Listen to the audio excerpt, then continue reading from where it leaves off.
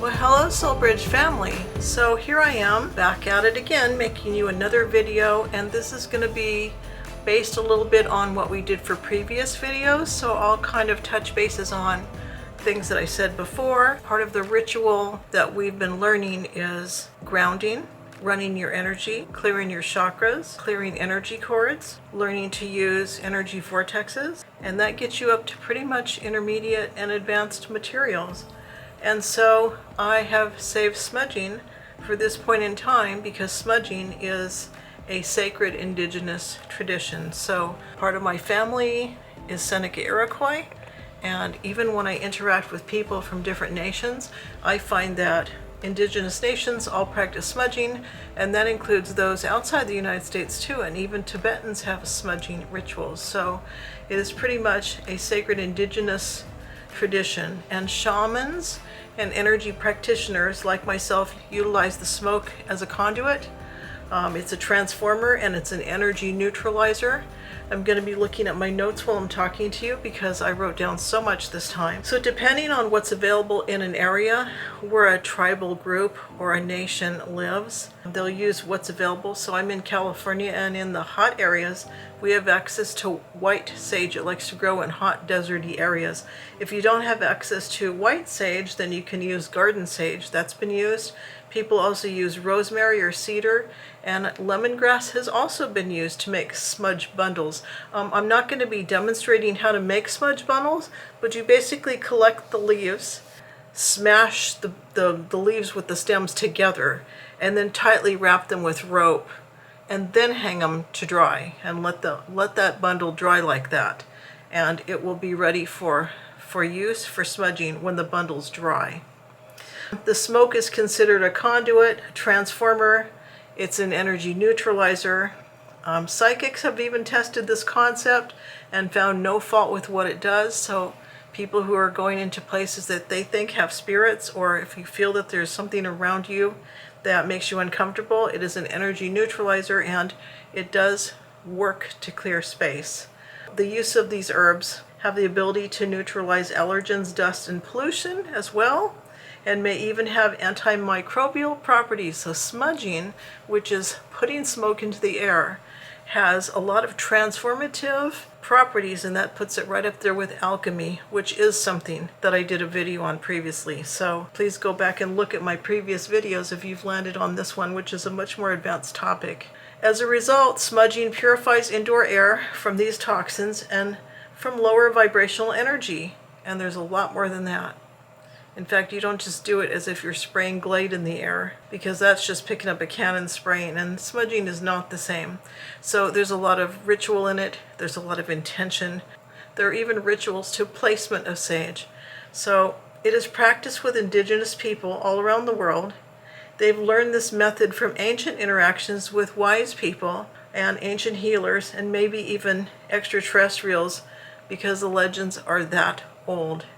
And they come as far as even being written with pictographs that are carved into stone, very ancient traditions. The use of sage for smudging is an ancient ritual that's used to clear negative energy, stagnant energy, low vibrational energy, and smudging works on a person or on an object, or even to clear a space, like a living space, a park, an entryway. So in the same way we were using energy vortexes to do bilocation and remote healing, we can do it in person by literally walking around the block or going through a doorway. Or I smudge a new apartment when I move into it. I'll smudge maybe a space where my office is going to be if I'm at a new work location.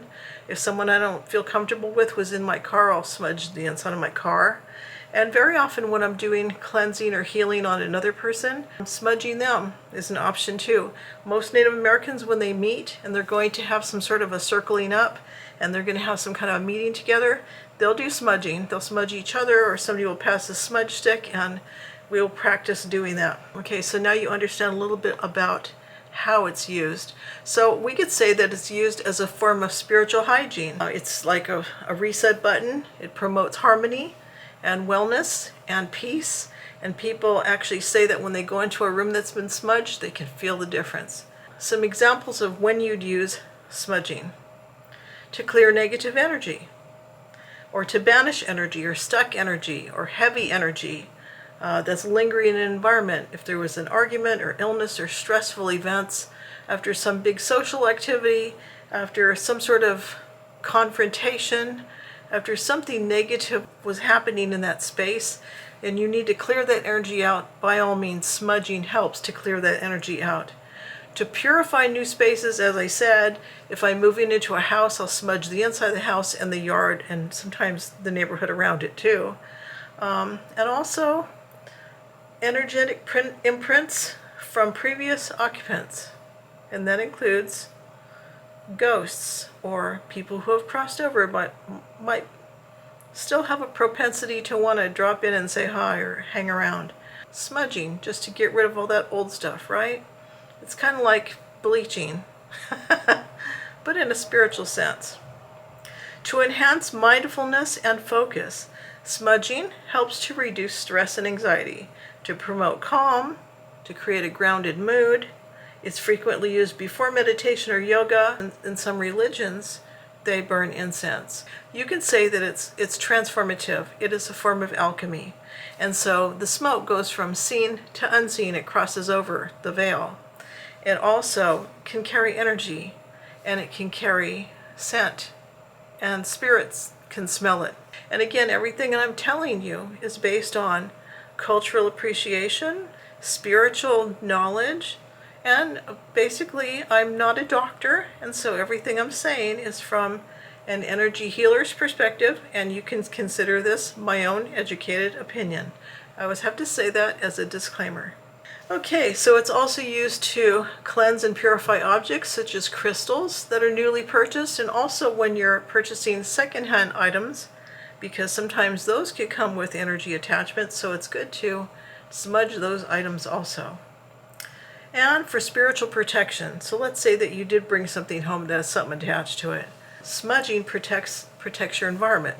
It creates a protective barrier. It releases any negative influences, and it seals the good energy in and clears the bad or negative or dark energy out. And it removes energy cords and unwanted vibrations. So that's all really good. Now you understand a little bit more about what smudging does and what smudging is consisting of, right? How you're making that smudge bundle. Smudging is considered sacred ritual, and with sacred ritual, intent is something. So to create intent, to create a spiritual environment, some people have a prayer or a mantra they might do. They might use an affirmation. It's not necessary. I don't use that. When the smudge stick is kept, it's often also ritualized. Some of them might keep it in a sacred bowl or some kind of sacred spot. If you look at my shelf behind me with the mirrors on it, you can see my smudge stick is up on that shelf, and that's its spot. That's where I keep it. Let's talk about ventilation a little bit, because when you're smoking up your apartment or office or an indoor space, it's important to open the windows and doors. You want to allow the energy to clear out. You want the smoke to carry the negative energy out. It's also very important to be cognizant of alarms, sensors, to avoid setting off water sprinklers or smoke alarms, because my llama had been in a community with some older folks, and he decided to smudge that space for them and set off their water alarms. Water sprinklers, I guess, are connected. They're wired into the smoke alarms. So that was some kind of lesson to learn. All right, so that brings you to the video clips that I took where I am demonstrating how to do smudging, and I'm hoping that the video came out okay. I can use clips of it here because I had a lady coming to visit me, and I asked if she doesn't mind being a volunteer, and I actually did a lot of work on her to the point where my camera's battery ran out and it shut off. So I don't know what it actually recorded, but I'm hoping to get some glimpses here to show you what I did.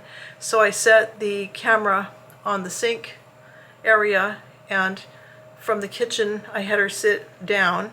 Smudging can be done standing up or sitting, and when you're doing it, you go over the person's head, in front of them, behind them, on their right, on their left, and then kind of wave it and visualize it going underneath their feet, even if you're just waving it toward their feet. Visualize it going underneath. So you're also using that energy healing and visualization of the aura too, right? To get it all the way around them. At the point where I did that, I tapped the sage, the end that was lit, to put it out, and then I set it down, and then I proceeded to start doing an energy channeling on her and ground her, run her energy, check out all her chakras. So I was actually running the energy and balancing the chakras, and then doing cord removals, all the stuff that I taught in previous videos. And then I kind of fluffed up her aura, and she had been saying something about not feeling the sage so much on her left side, and I found a cord on her left side. So I cut that and did the cord removal, and then worked on her aura again. I re-smudged the left side of her, and I said, "Can you feel that now?" And she goes, "Yeah." So we cut a cord on her. Interesting.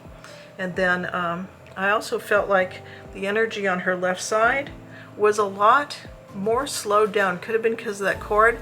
And I said, "See if you can meditate and find out who threw this cord at you and send it back to them." So that was an interesting lesson that we covered, kind of talking about what you do with the cord and who would send it, but also talking about how both sides of the body are not always equal, and that I could see that there was a blockage in the hip area, maybe the spine area, causing the energy to go slower down her legs. So I shot the energy, the Reiki energy, all the way down from her hips down through the bottom of her feet, and cleared the leg area out to try and get that energy flowing faster. And she could see colors, and she said, "I can see your colors, they look blue and purple." And I said, "Well, that's here, and here, right, it's these higher chakras. So you're seeing me bringing energy down in through the higher chakras." And I go, that's quite a compliment that you saw those colors, very high vibrational colors. It was nice to see that feedback.